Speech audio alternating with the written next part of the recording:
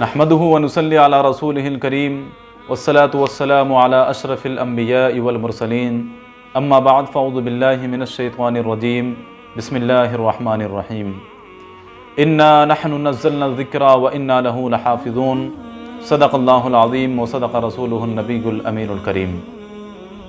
محترم حضرات، اللہ تبارک و تعالی قرآن مجید میں ارشاد فرماتا ہے انا نحن نزلنا الذکر وانا لہ لحافظون، کہ ہم نے ہی قرآن مجید کو نازل کیا ہے اور ہم ہی اس کے محافظ ہیں۔ اور بھی بہت ساری آسمانی کتابیں اس دنیا میں آئیں، لیکن ان کے اندر کچھ نہ کچھ تبدیلی کر دی گئی، کچھ نہ کچھ رد و بدل کر دیا گیا، کچھ گھٹا دیا گیا، کچھ بڑھا دیا گیا، کیونکہ اللہ تبارک و تعالی نے ان کتابوں کی حفاظت کی ذمہ داری ان کے ماننے والوں کو دی تھی۔ لیکن جب اللہ تبارک و تعالی نے قرآن مقدس کو نازل کیا تو فرمایا کہ ہم نے ہی اس کو نازل کیا ہے وَإِنَّا لَهُ لَحَافِظُونَ، اور ہم ہی اس کے محافظ ہیں۔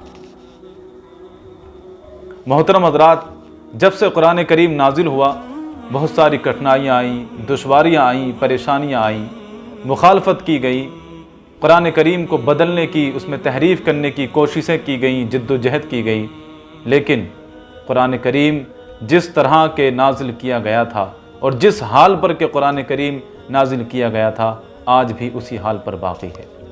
محترم حضرات، یہی چیز قرآن کریم کی سچائی کی پہچان ہے اور اس کی صداقت کی دلیل ہے۔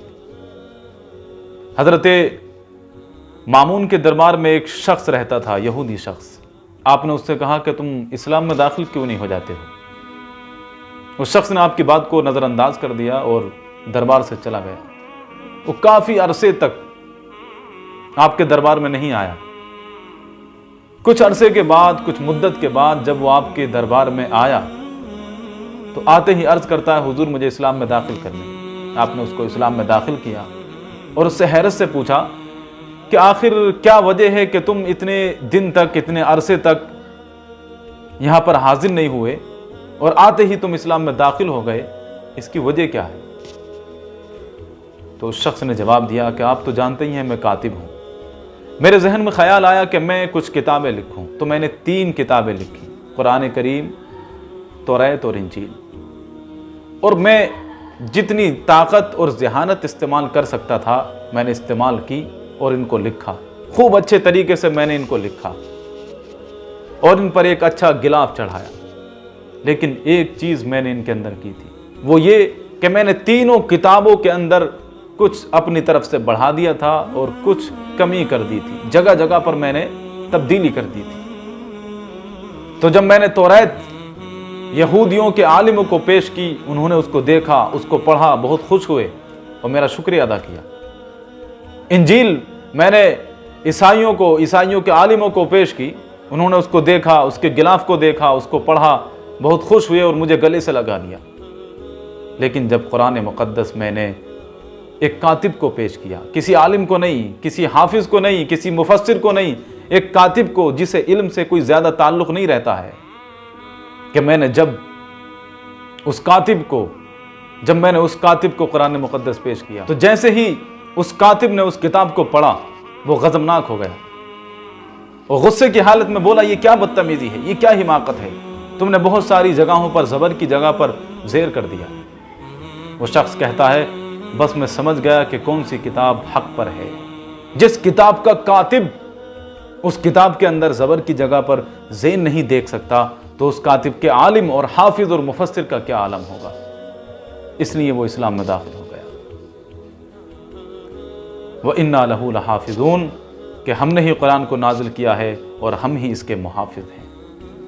اگر ہم قرآن کریم پڑھتے ہیں، اس کی تلاوت کرتے ہیں یا قرآن کریم کے حافظ بن جاتے ہیں تو اس کا مطلب یہ نہیں ہے کہ ہم قرآن کے محافظ ہیں، ہم قرآن کی حفاظت کر رہے ہیں۔ یہ جو ہم کر رہے ہیں ہمیں اس کا ثواب ملے گا، دنیا کے اندر بھی ہم کو فائدہ پہنچے گا اور آخرت میں بھی اس کا ہم کو فائدہ ہوگا۔ لیکن جہاں بات رہی حفاظت کی تو حفاظت کی ذمہ داری اللہ تبارک و تعالی نے لی ہے۔ ہم قرآن کے محافظ نہیں ہیں، بلکہ یوں کہیے کہ قرآن ہمارا محافظ ہے۔ قرآن ہم کو بچاتا ہے بہت ساری بلاؤں سے، پریشانیوں سے، آفتوں سے، مصیبتوں سے۔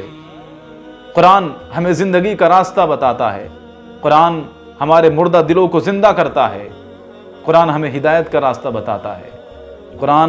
ہم قرآن کے محافظ نہیں ہیں بلکہ قرآن کریم ہمارا محافظ ہے، لیکن ہم قرآن کریم سے محبت کرتے ہیں، اس کے ماننے والے ہیں، تو جب کوئی قرآن کی مخالفت کرے تو ہمارے لیے ضروری ہے کہ ہم اپنے انداز میں اس کا کچھ نہ کچھ جواب دیں۔ حضور علیہ الصلاۃ والسلام ارشاد فرماتے ہیں من رأى منکم منکرا فلیغیر بیدہ وإن لم یستطع فبلسانہ وإن لم یستطع فبقلبہ وذلک اضعف الایمان۔ جب تم میں سے کوئی برائی دیکھے تو اگر وہ اس کو ہاتھ سے روک سکتا ہے تو ہاتھ سے روکے، ہاتھ سے نہیں روک سکتا ہے تو زبان سے روکے، زبان سے نہیں روک سکتا ہے تو دل سے روکے، اور یہ ایمان کا سب سے کم درجہ ہے۔ عزیزان ملت اسلامیہ، کہنے کا مطلب یہ ہے کہ برائی کا جواب جس انداز میں بھی دیا جا سکتا ہے جواب دینا چاہیے۔ تو لوگوں نے مخالفین کو اپنے اپنے انداز میں جواب دیے، تو آپ مخالف کو اس انداز میں جواب دے سکتے ہیں کہ ہم قرآن کریم کی ایک آیت کو یاد کریں یا ایک سورت کو یاد کریں یا اس سے زیادہ یاد کریں۔ الحمد شریف اکثر لوگوں کو یاد ہوتی ہے، تو آپ قل هو اللہ شریف یاد کریں۔ قل هو اللہ شریف یاد ہے تو آپ دوسری صورتیں یاد کریں۔